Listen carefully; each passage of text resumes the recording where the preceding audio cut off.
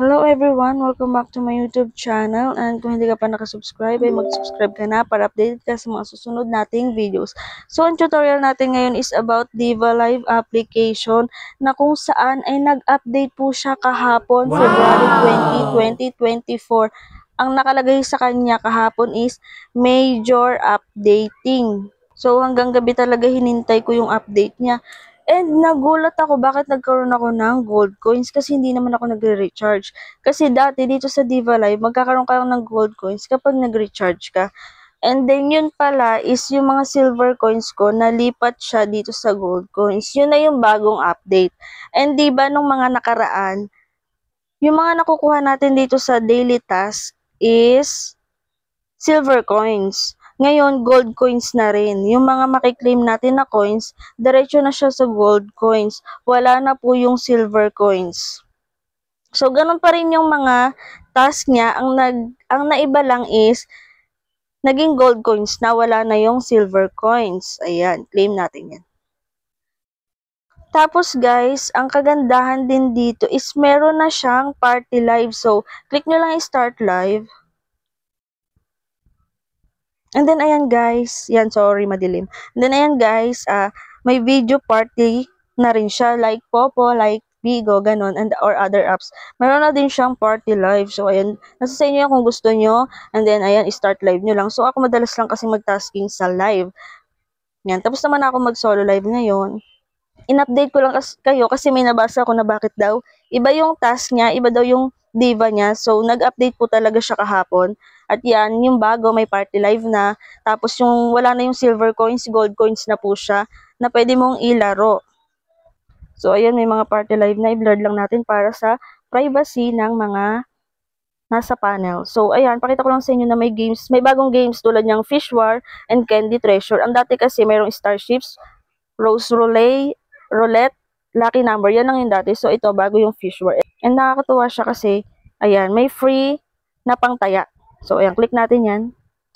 And then, pipili ka lang kung anong gusto mong i-bet, yung pink ba or yung blue. So, halimbawa, yung pink. Uy, nanalo tayo. Binigyan tayo ng 200 coins and then i-collect natin yan. So, ayun, nadagdag na sa ating gold coins.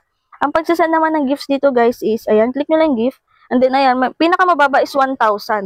1,000 gold coins. Itong may 200 na to na lucky green, yan po ay parang style, gamble, ganun. Tulad sa Popo, yan, lucky din siya, lucky. Yan yung laro dito. Yun yung may balik kung swerte ka. So, pinakamababa dito kapag mag-trade is, etong 1,000, yung mirror na yan. And then, dito kay Diva Live App is, halimbawa, itong 1,000 ay isinend mo. 600 na lang po na dayas yung mapupunta dun sa host or sa ka-trade mo. So, 60-40% siya.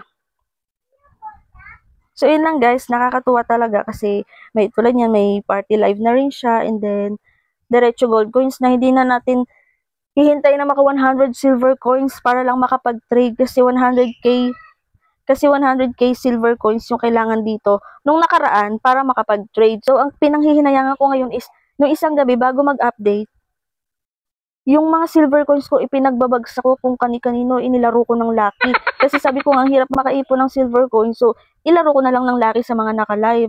And then, ayan, nagulat naman ako kasi yung natirang silver coins ko, ginawang gold coins. So, medyo nang hinayang ako. Pero okay lang din. At least, nabigyan ko yung mga naka-live nung nakaraan.